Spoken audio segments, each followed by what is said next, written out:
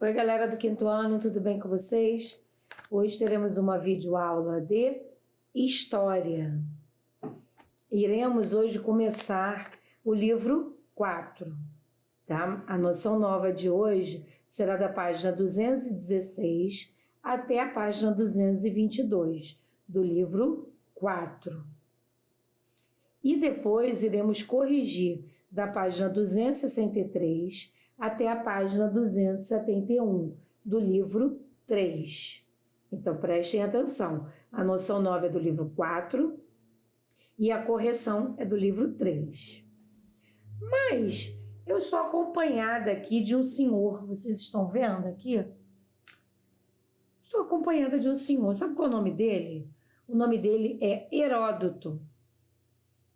Ele é conhecido como o pai da história, tá? Foi um grande historiador e geógrafo dos tempos antigos. Por que eu estou falando desse senhor?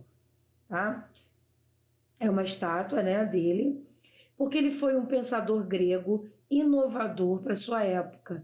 Ele levava em consideração as opiniões dos chamados povos bárbaros ao escrever suas obras. Ele foi muito importante, tá? Aí você vai me perguntar, povos bárbaros, que são esses povos bárbaros? Eram todos os indivíduos e povos que desconheciam as culturas e o idioma grego, tá? Então ele foi inovador, porque ele ouvia relatos, as palavras desses chamados, entre aspas, povos bárbaros da época, né? Agora nós vamos ver o tema de hoje, do nosso capítulo 10 do livro 4. Vamos lá ver? Capítulo 10. Pontos de vista do estudo da história. O que Nina, Duda e Luquinha estão observando? Eles concordam sobre a utilidade do objeto? Quem você acha que imaginou o uso mais adequado para esse objeto? Neste capítulo, você vai examinar experiências históricas em que o outro foi considerado bárbaro, diferenciar a opinião de ciência, diferenciar a narrativa de história. E aí, aqui, esse objeto que as três crianças estão observando, aí eles pensaram para que servia esse objeto antigamente. Aí, Nina, Luquinha e Duda, quem você acha que acertou? Para que esse objeto servia? Eu estou achando que é o Luquinha, né? O Luquinha que acertou. Aí vamos ver, quem são os diferentes? Duda e sua família viajaram para Maputo, capital de Moçambique. Assim que chegaram, Duda fez uma nova amizade. Aí ela fala para a menina, oi menina, achei linda a estampa do seu turbante. Nunca vi uma igual no Brasil. Obrigada, você achou diferente, né? Este pano é uma marca de Moçambique e por aqui é muito comum. Para mim, suas roupas é que são diferentes, mas também são muito bonitas.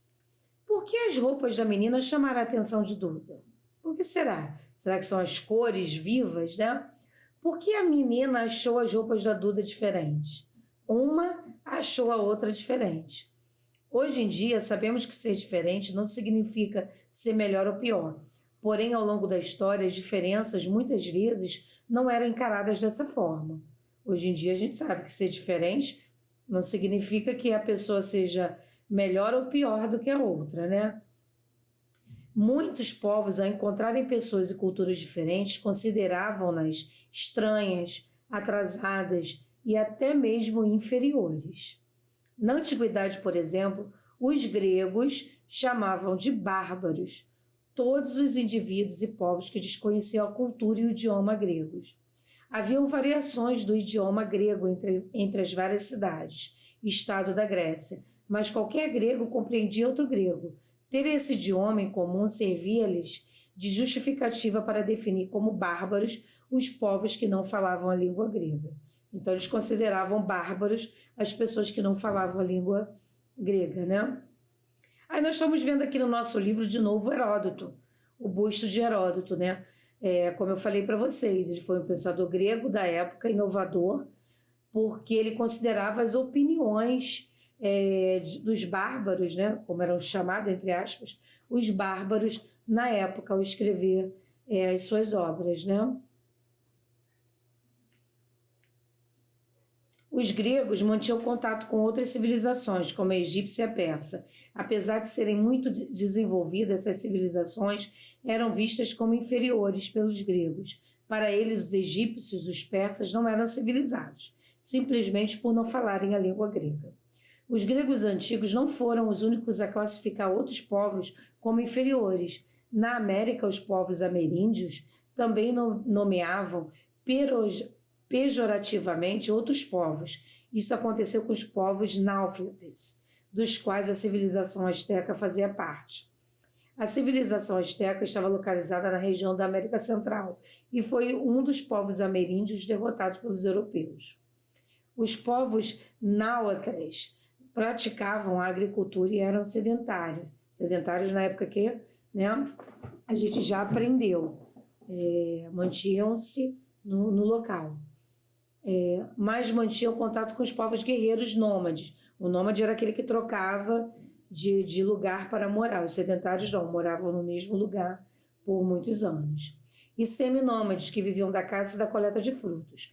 Por não se fixarem em uma região, os náhuatls chamavam esses povos de xiximecas, que era um termo pejorativo para todos aqueles que não eram sedentários, ou seja, que não praticavam agricultura para sobreviver, sendo considerados povos selvagens, não civilizados. O que quer dizer pejorativamente? De modo desagradável, desfavorável, ofensivo. No Brasil, os povos tupis também inferiorizavam outras sociedades. Quando os portugueses chegaram, eles habitavam quase toda a costa do atual litoral brasileiro, organizando-se em aldeias com habitações coletivas. Eram caçadores e coletores, mas também praticavam agricultura. Eram seminômades, pois utilizavam uma técnica agrícola que esgotava rapidamente os nutrientes do solo. O que os obrigava a irem para as novas terras. Os povos tupis eram grupos indígenas que falavam línguas de uma mesma origem, o tupi. Assim como ocorriam entre os gregos, a língua os aproximava. Por isso, os povos que não falavam as línguas tupis eram chamados de tapuiás. Os próprios portugueses, ao desembarcarem no Brasil, adotaram essa divisão. Essas três experiências históricas, os gregos, os náhuatls e os tupis, mostram como um grupo pode julgar outro grupo, de acordo com o próprio ponto de vista. Dessas experiências, podemos tirar três conclusões. O nome não é atribuído pelo próprio povo. Em todas essas três experiências históricas, não é o próprio povo que define seu nome. O nome é dado por alguém de fora. Os gregos, os náhuatls e os tupis não se preocupavam em saber como os outros povos os chamavam. Ponto de vista parcial. Os bárbaros, os xiximecas e os tapuias receberam esses nomes porque eram comparados com características valorizadas pelos gregos, pelos náhuatls e pelos tupis, respectivamente. Ou seja, as características valorizadas pelos próprios bárbaros, xiximecas e tapuias não eram levadas em consideração. O outro ponto de vista é considerado inferior. Por fim, outros povos eram sempre considerados inferiores. Os bárbaros não falavam grego, os xiximecas não eram sedentários e os tapuias não falavam tupi. Tanto a riqueza própria da língua dos bárbaros e dos tapuias quanto a organização produtiva dos xiximecas não eram valorizadas. Essas experiências históricas demonstram como um ponto de vista pode ser preconceituoso, né? Já naquela época já aconteciam. Alguns povos eram avaliados por aquilo que não tinham, como se a diferença fosse um sinal de inferioridade. O preconceito tem como base um ponto de vista que não se interessa por aquilo que o outro indivíduo é diferente. Um grupo ou um povo tem a dizer sobre si mesmo ou sobre o mundo.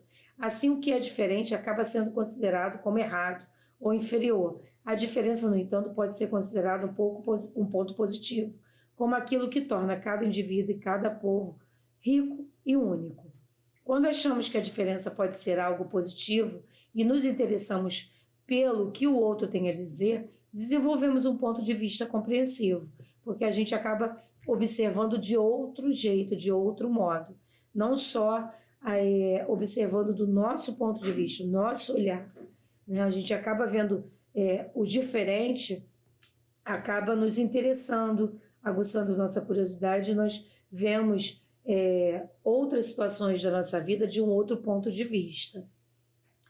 Após escutar o que o outro tem a dizer, é possível reavaliar o que se pensa a respeito de si mesmo e do mundo.